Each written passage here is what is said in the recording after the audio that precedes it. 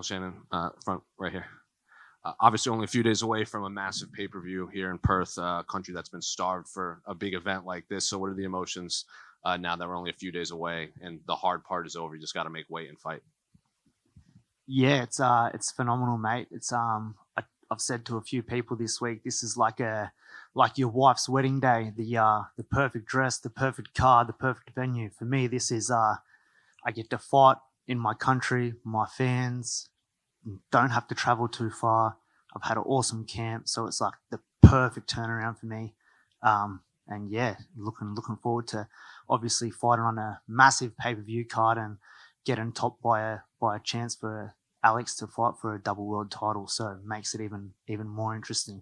Well, obviously, given how your last fight went on the Contender series, were you? I don't want to. Surprised might not be the word, but when they announced this massive Perth card, were you nervous that maybe you wouldn't get to be on this card because you don't see a lot of fighters signed coming off a loss on the Contender series like that?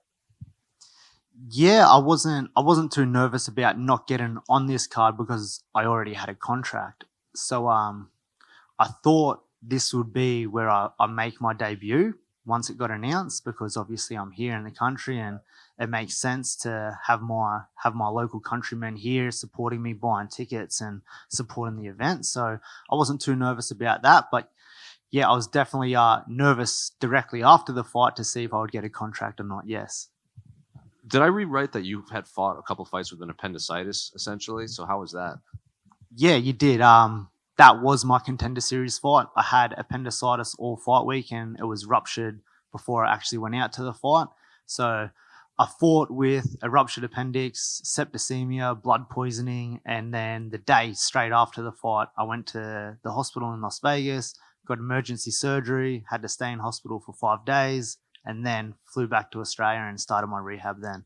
Did you know all of that was happening before the fight? Did you find it all out after? No, I didn't know it was happening. I thought I'm extremely hungry this fight week, which is a bit strange because I had this stomach pain going on and I kept pushing it to the back of my head, just thinking, oh, you're being soft and you're hungry. Don't worry about that. And then obviously the day after the fight when I'm shaking and convulsing in my hotel room, my coach said, this isn't hunger, this is something else. We got down to the hospital and they CT scanned my stomach and yeah, they said, you've got a ruptured appendix, mate, and we got to go in for surgery. So when all that came out, like the blood poisoning, the appendicitis and everything, did the UFC call you and just be like what, like, are you crazy? Like, why didn't you, say something earlier? Yeah, so it was pretty funny. We went down to the hospital. We got diagnosed with the ruptured appendix. I told my manager and we were down there and the UFC doctor from the event at the Apex was there at the hospital and he was saying, oh man, that was a crazy fight. Like that was so good. You Australians are crazy. I said, I would love to chat to you about the fight, but I feel like I'm dying. I'm like, can you help me at the moment? So he sort of put a pause to that. Got me scanned, come back and said, mate, you've got a ruptured appendix. He goes, you would have had to have had appendicitis for 4 to 5 days for it to get to this stage. So he was just blown away. And then obviously when my managers told the UFC staff and been in contact with them and told them what's going to happen and sort of went forward from there. And then I woke up from surgery, had some missed calls from him. I got him on the phone.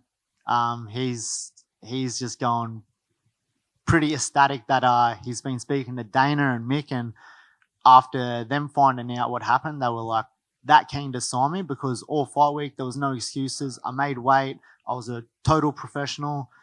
And yeah, they were pumped. So I think they want to see what I can do when I'm healthy. Well, then looking at this fight, what do you make of your opponent? He has a lot of submissions, a lot of knockouts, a lot of decisions. Do you just view him as kind of an all well-rounded fighter standing across from you in the octagon? Yeah, definitely. Kleidson's definitely well-rounded. He's young and he's hungry, and obviously everyone in the UFC now is tough, so you got to respect that. You got to respect skills. I think I got a great game plan to beat Kleydson on Sunday morning.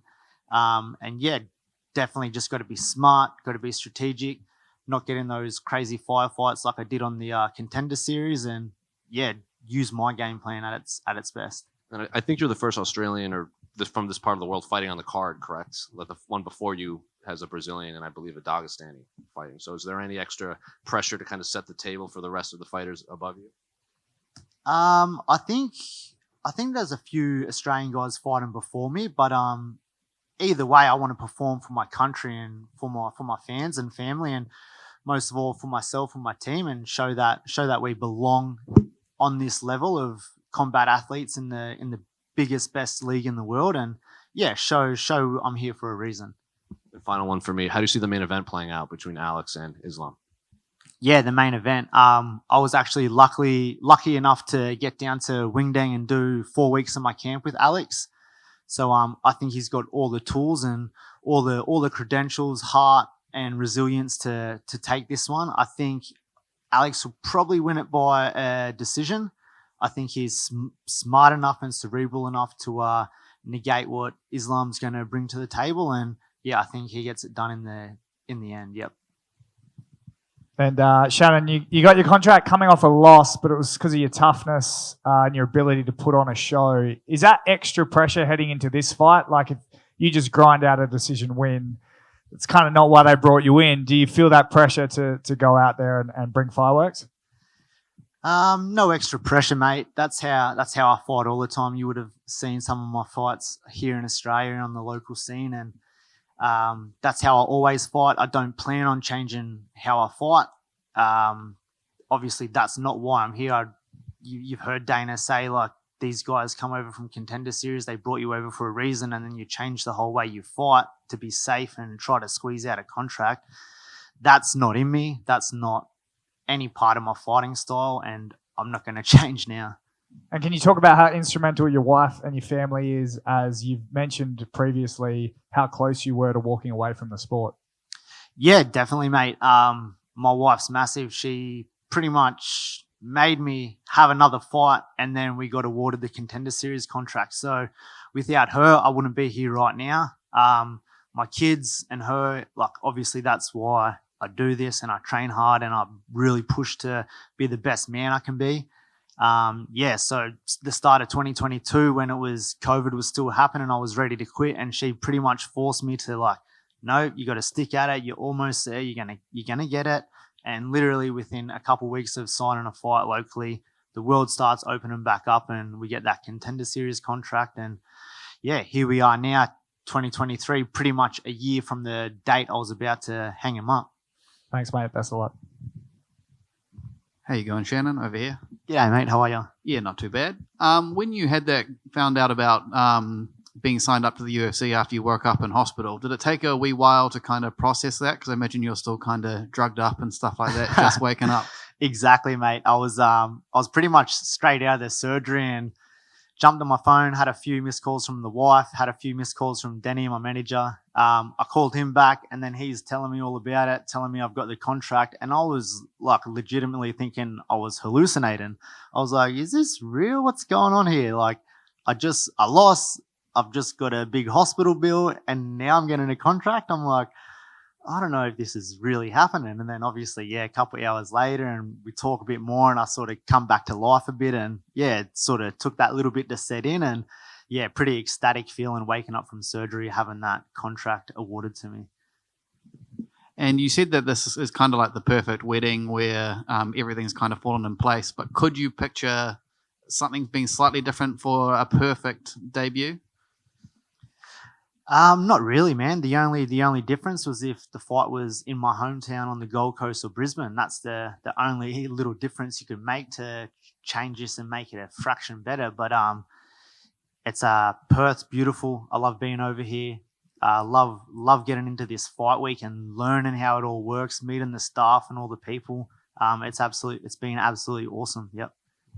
And last question from me. Going into your first fight on the big UFC stage, have you taken into account any kind of nerves you'll get walking out in front of a big crowd and anything like that? Not really. I think a little bit of nerves is good, right? If you use them in the right way, they can help you perform, help you do what you need to do. I've fought internationally before. I've fought on big shows in Australia before. I feel like with 20 pro fights, I should be pretty confident with my skill set and how I walk out. the other good thing is being here at Fight Week, I've got to ask a lot of the Australian fighters that have already made their debuts and done that stuff, and I've asked all of the guys for little tips and how to be better and approach it and take all the feelings in, and so that's been a massive help as well. Cheers, mate. Thank you. Thank you, guys.